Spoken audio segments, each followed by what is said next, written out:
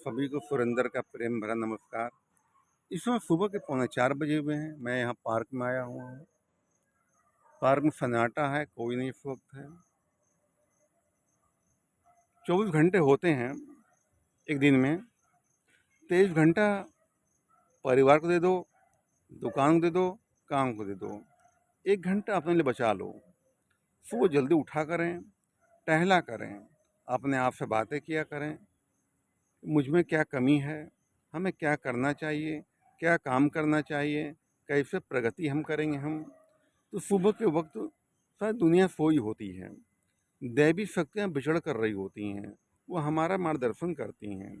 आपके जीवन में कोई भी कैसी समस्या हो, यह विद्या अपनाएं तो आप पाएंगे आपकी हर समस्या का समाधान मिल जाता है। वो परमात्मा भीतर ही बैठा हुआ है, वो हमें इशारा कर देता है कि तुम्हारा काम कैसे होगा। जब किसी मंथन करेंगे तो कुछ निकलता उसमें है। दही को मथेंगे मक्खन निकलेगा, मक्खन मथेंगे घी निकलेगा, निकलता जरूर है। दूसरी बात, कभी किसी का दिल मत तोड़ो। जो आपके ऊपर विश्वास करता हो उसका दिल नहीं कभी तोड़ना चाहिए इंसान को। उस दिल में ही परमात्मा का वास होता हुआ है, वो चाहे कोई प्राणी हो। और खासकर माता पिता होते हैं, उनका दिल नहीं कभी तोड़ना चाहिए।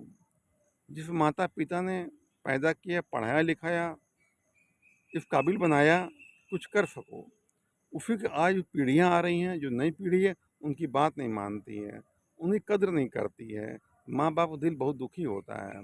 इस धरती के पहले माता पिता, पहले भगवान माता पिता ही हैं। अपने जीवन में ईमानदारी से कर्म करो, आप पाओगे आपका मन खुशी होता हुआ है, सुखी रहता हुआ है। सुख देने सुख बढ़ता है, दुख देने दुख बढ़ता है। ये प्रकृति के नियम है। हमारा किया कर्म हमको बढ़ा के वापस मिल जाता हमको है। जैसे धरती एक बीज गेहूं का बोते हैं, बहुत सारे दाने पैदा करता है, इसी तरह हमारा किया हुआ कर्म हमको बढ़ा के प्रकृति हमको वापस कर देती है। सबसे प्रेम करो, सबका आदर करो, सबका सम्मान करो, तो चार आदमी कहेंगे हाँ हीरा आदमी ये है। अपना मन पवित्र बना लो। कभी किसी के प्रति नफरत घृणा के भाव मत रखो। जिसने दुख दिया हो, धोखा दिया हो, उसको माफ़ कर दें। हकीकत तो ये है, इस संसार में किसी कोई सुख दुख नहीं देता है, तो अपने कर्मों का ही भोग ये है। काऊ न काऊ सुख दुख कर दाता, निज कर्म सब भोग भराता। इस संसार में अपना ही आदमी कर्म का सुख दुख भोगता है, अब ब्याज फिर मिल जाता है उसको है। एक लड़का था, मैं माँ बाप से बहुत ईर्ष्या कर जलता था, वो जलन करता था। माँ बाप जलता क्यों था? माँ बाप कहते सफाई से रहो, चप्पल वहाँ उतारो, चलना पंखा फालतू में बंद कर दो, बत्ती बंद कर दो। तमाम तरह समझाया करते थे, उनको चिढ़ लगा करती थी, उसको बार बार बोलते उसको थे। तो इंटरव्यू के लिए जा रहा था वो सोचता है कि भगवान मेरी नौकरी लग जाए तो माँ बाप पिंड छोड़ दूँ, मैं अलग कहीं रहूँगा मैं। ये जाता है, तो जाता है जहाँ पर ऑडिशन दिया जाता वहाँ पर, तो काफ़ी भीड़ लगी हुई थी। तो जाकर मन उसका ठिठक जाता है कि इतने लोग लगे हैं, 50-60 लोग पहले बैठे हुए हैं, मेरा नंबर कहाँ आएगा। तो ये सोचा अब आए हैं तो कम से कम इंटरव्यू दे लें अपना।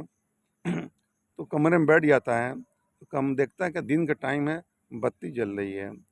वो खिड़की खुली हुई थी पूरी, रोशनी आ रही थी, उसने बत्ती बंद कर दी वो।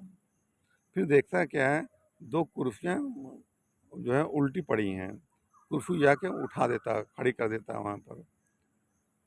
तो जब इसकी बारी आती है, जब जा रहा होता है, तो जीने के ऊपर कुछ कंकड़ पड़े होते हैं, कंकड़ हाथ समेट देता ये है। फिर जाता है ऊपर, तो कूड़े की बाल्टी बीच में पड़ी होती है, कूड़े बाल्टी किनारे कर देता है। फिर जाता है ऊपर जीने पर, झाड़ू पड़ी होती है, झाड़ू उठा किनारे खड़ी कर देता हुआ है। खड़ी कर देता है तो जब जाता है, जो मालिक कहता है और मैनेजर साहब बैठिए।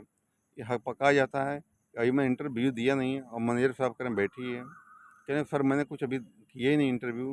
कहने लगा मैं तुम देख रहा था, इतने लोग आए थे, तुम ही एक ऐसे आदमी थे जो बत्ती बंद कर दिए, दिन जल रही थी, कुर्सी उठा खड़ी कर दिए, कैमरा लगा हुआ है, मैं सब देख रहा था, मालिक कहता हुआ है। जिन कंकड़ मैंने फैलाए थे, तुमने कंकड़ हटा दिए, साफ कर दिए।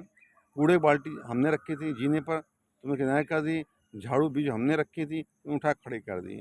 इतने बच्चों में कोई नहीं कर पाया। धन्य तुम्हारे माँ बाप, तुमको संस्कार ऐसा दिया है। माँ बाप संस्कार के बदल तुम्हें आज नौकरी तो तुमको मिल रही है।